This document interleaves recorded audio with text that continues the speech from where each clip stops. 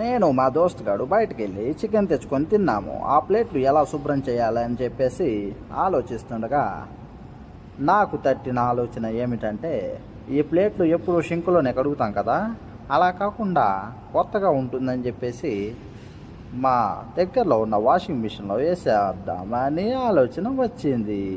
ఏమంటారు ఫ్రెండ్స్? నాకు తెలిసి మావా, నీకున్నంత గుద్ద బలుపు మన ఏరియాలో ఎవడకుండదురా. అంత గుద్ద బలిపోయిందిరా.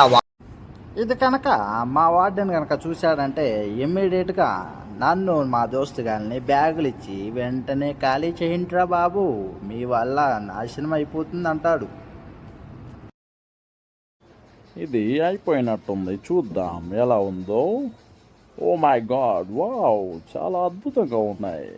ఎంతో శుభ్రంగా మా ఇంట్లో వాళ్ళు కూడా కడగరనుకుంటా.